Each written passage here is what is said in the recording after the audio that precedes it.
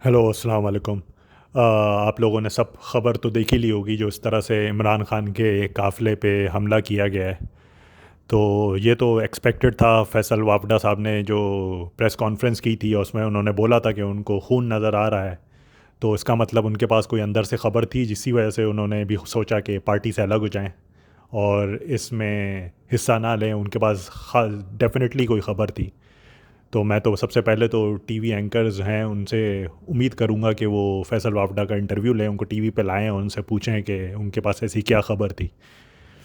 और दूसरी बात मैं ये कहना चाहता हूँ कि पहले कि अल्लाह का शुक्र है कि इमरान खान साहब बच गए और बहुत सारी मेन लीडर्स बच गए। और अफसोस है कि कुछ लोग उसमें मारे भी गए। और इब्तिसाम साहब जो हैं जिन्होंने उस शूटर को पकड़ा, सबसे पहले उसका हाथ को रोका, उनको भी जो है सलाम है मेरा उनकी हिम्मत किया कि उन्होंने डरे नहीं वो।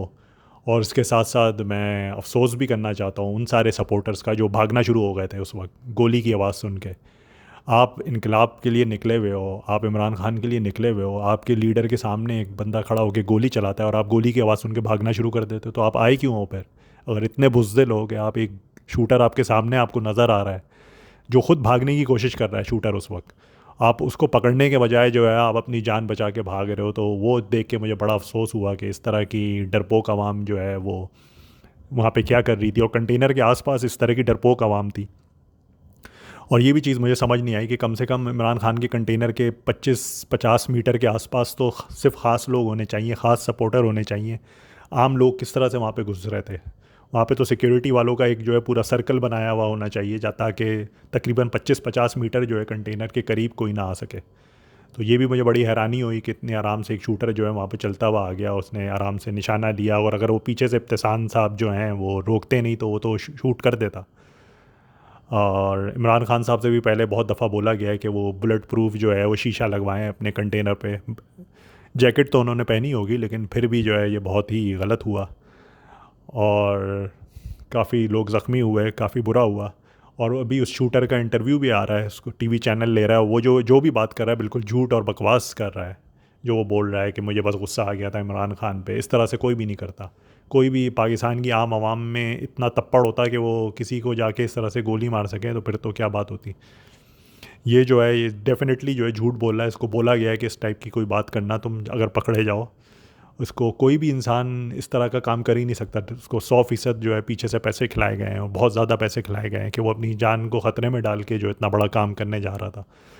तो इस पे तो मुझे बिल्कुल भी यकीन नहीं आ रहा जो वो बकवास कर रहा है। और बस आखिरी बात ये कहना चाहता हूँ मैं कि जो लोग ज़्यादातर लोग मुझे पता है और आपको भी पता है कि वो किस पे शक करेंगे कि ये किसने करवाया है। मुझे लग रहा है जिस पे हर कोई शक कर रहा है उसने नहीं करवाया कम से कम, क्योंकि वो जो हैं वो अपनी मुसीबतों में वैसे ही बहुत ज़्यादा पड़े हुए हैं। इतने 70 सालों में उन्होंने इस तरह से मुसीबत नहीं उठाई जिस तरह से वो आजकल उठा रहे हैं, जिस तरह से आवाम उनके ख़िलाफ़ है। तो मुझे उन पे शक नहीं है कि उन्होंने किया है। जिन पे सबको शक है उन पे मुझे शक नहीं है। और इसमें जो हमारा दुश्मन मुल्क है वो भी फ़ायदा उठा सकता है कि इस वक्त आवाम जो पाकिस्तान की सबसे बड़ी पार्टी है और जो हमारी फ़ौज है उसके बीच में अगर कोई इख्तलाफात चल रहे हैं तो उस इख्तलाफात का फ़ायदा उठाया जाए और उसको और बढ़ाया जाए। इसी तरह से अरशद शरीफ के पीछे जिसका हाथ है उसी के पीछे इसका भी हाथ है। दोनों के पीछे सेम फोर्सेस हैं। और वो कौन सी फोर्सेस हैं वो आप समझ जाएं, क्योंकि एक खातून ने बड़ी खुशी से ट्वीट किया था अरशद शरीफ के शहीद होने के बाद। आप लोग भी जानते हैं वो कौन खातून थी। तो उनसे इतनी उनको खुशी हुई थी कि उनसे खुशी संभाली नहीं गई। तो ये उनका हाथ हो सकता है। और जो हमारा एक बहुत जो दुश्मन मुल्क है जिसको दुश्मन मुल्क को इससे फ़ायदा हो सकता है उसका हाथ हो सकता है। मुझे नहीं लगता कि इसमें फ़ौज का किसी भी तरीके से हाथ होगा, क्योंकि वो ख़ुद अपनी आजकल उनकी रेपुटेशन इतनी अच्छी नहीं है कि वो इस तरह का कोई भी रिस्क लें बिला वजह। तो बस मैं ये कहना चाहता था। शुक्रिया।